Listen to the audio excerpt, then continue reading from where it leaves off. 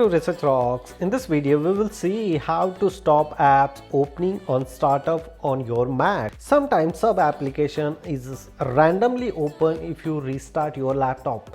So how to stop this one? We will see detailed demonstration. Before start the video, please subscribe our YouTube channel Research Rocks. So simply click here Apple menu, then system setting. After that, this is a system setting. We need just simply search here log in.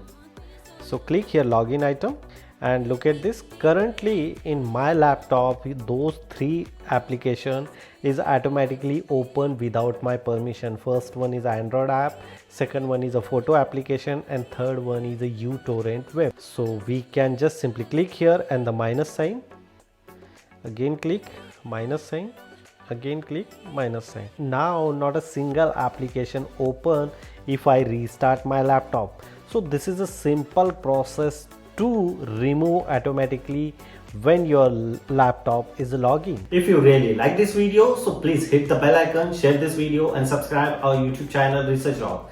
Till then, Jai Hind, Vande Mataram.